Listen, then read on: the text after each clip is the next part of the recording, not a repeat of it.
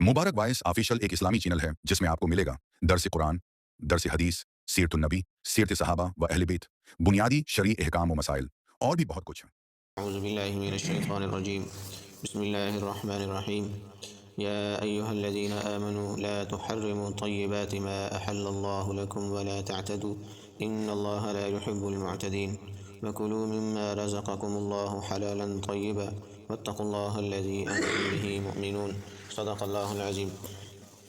या अय्युहल्लज़ीना आमनू, ए ईमान वालो, ला तुहर्रिमू, तुम हराम ना करो, तय्यिबात, उन पाकीज़ा चीज़ों को, मा अहल्लल्लाहु लकुम, जो अल्लाह ने तुम्हारे लिए हलाल की हैं, वला तअतदू, और हद से तजावुज़ ना करो, इन्नल्लाहा ला युहिब्बुल मुअतदीन, बेशक अल्लाह ताला पसंद नहीं करते हद से तजावुज़ करने वालों को।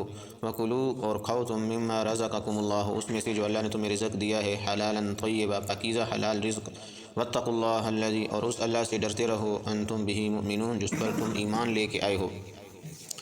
इन आयत के अंदर अल्लाह रब्बुल इज़्ज़त ने ईमान वालों से खिताब फरमाया है।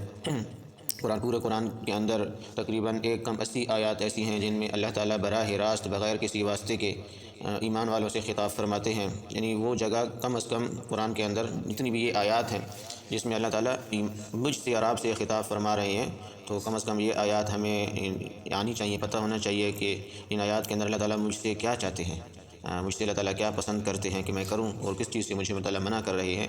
इसके अंदर भी अल्लाह रब्बुल इज़्ज़त ने मुझसे और आपसे खिताब किया है, ईमान वालों से खिताब किया है। या अय्युहल्लज़ीना आमनू, ए ईमान वालो, ला तुहर्रिमू तय्यिबाति मा अहल्लल्लाहु लकुम, तुम अल्लाह की हलाल पाकीज़ा चीज़ों को हराम ना किया करो। बाज़ दफ़ा ऐसा होता है कि इंसान कसम खा लेता है कि मैं तो फ़लाँ चीज़ को बिल्कुल देखूंगा भी नहीं, या हाथ भी नहीं लगाऊंगा, या नहीं इस्तेमाल करूँगा, हालांकि वो शरीयत के अंदर वो हलाल होती है, जायज़ होती है। बाज़ दफ़ा इस तरह की इंसान कसम खा लेता है। पहले ज़माने में भी ऐसा ही होता था कि दरवेश किस्म के जो लोग होते हैं, फ़कीर किस्म के, वो कसम खा लेते हैं कि मैं तो कभी अपनी पूरी ज़िंदगी में गोश्त नहीं खाऊँगा या मीठी चीज़ नहीं खाऊँगा। इस तरह की बाज़ लोग कसम खाते। एक वाक़या ऐसा भी हुआ कि आप सल्लल्लाहु अलैहि वसल्लम की किसी ज़ौजा के पास 3 आदमी आए। उन्होंने पूछा कि आप सल्लल्लाहु अलैहि वसल्लम की ज़िंदगी कैसी है, तो उन्होंने तफसील से बताया।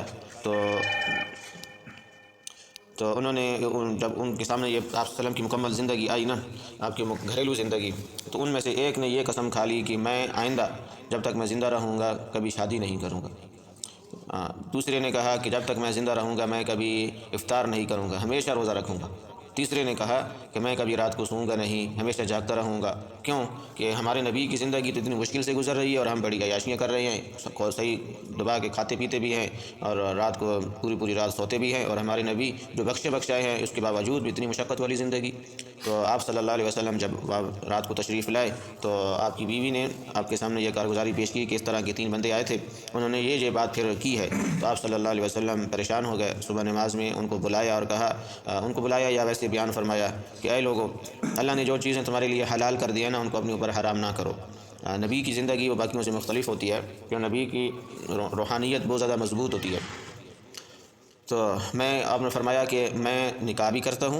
तो एक ने कसम खा ली थी कि मैं तो शादी नहीं करूँगा, क्योंकि शादियों में इंसान फिर बहुत सारे मसरूफ़ हो जाता है, घर वालों के ज़रूरियात पूरी करने में वो मसरूफ़ हो जाता है बहुत सारा वक़्त। उसने कसम खा ली कि मैं तो शादी नहीं करूँगा, ताकि मेरा जो वक़्त वहाँ लगना वो दीनी कामों में लगे, इबादत में लगे। तो आपने फरमाया मैं शादी भी करता हूँ और शादी मेरी सुन्नत है। अन्निकाहु मिन सुन्नती फमन रग़िब अन सुन्नती फ़लैसा मिन्नी, निकाह करना मेरी सुन्नत है और जो मेरी सुन्नत से एराज़ करता है वो मुझसे नहीं है, यानी उसका मेरे साथ कोई ताल्लुक़ नहीं है।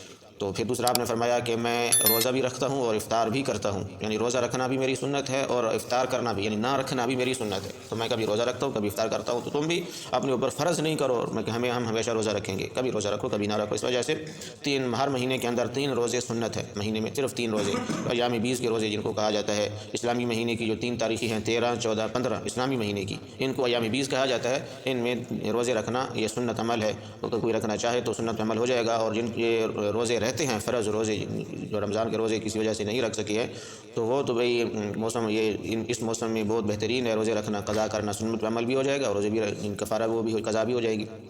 और इसी तरह आप सल्लल्लाहु अलैहि वसल्लम तकरीबन पीर के दिन और जुमेरात के दिन रोज़ा रखा करते थे। पीर और जुमेरात को रोज़ा रखना भी सुन्नत है। तो फिर आपने ये बात इरशाद फरमाई कि मैं रात को सोता भी हूँ और रात को जागता भी हूँ, यानी कभी जागता हूँ कभी सोता हूँ। तो ये अल्लाह ने जो चीज़ें हलाल कर दी हैं, जो शरीयत में जायज़ है, उनको खामखा अपने ऊपर हराम नहीं करना चाहिए। اور تو پھر اس چیز کی اس آیت کے اندر ترغیب دی گئی ہے، یا ایھا الذین آمنوا لا تحرموا طیبات ما احل اللہ لکم ولا تعتدوا، اے ایمان والو حرام نہ کیا کرو اللہ نے جو چیزیں تمہارے لیے حلال کر دی ہیں اور وہ پاکیزہ ہیں۔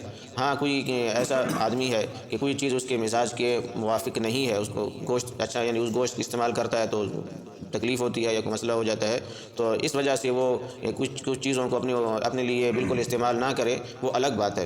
لیکن یہ کہ استعمال میں کوئی مسئلہ بھی اس کو نہ ہو پھر بھی اپنے اوپر حرام کر دے تو یہ اللہ تعالیٰ کو پسند نہیں ہے، اور اس کو حد سے تجاوز جہاں کہا گیا اس آیات کے اندر ولا تعتدوا، اور حد سے تجاوز نہ کرو، ان اللہ لا يحب المعتدین، بے شک اللہ تعالیٰ حد سے تجاوز کرنے والوں کو پسند نہیں کرتے۔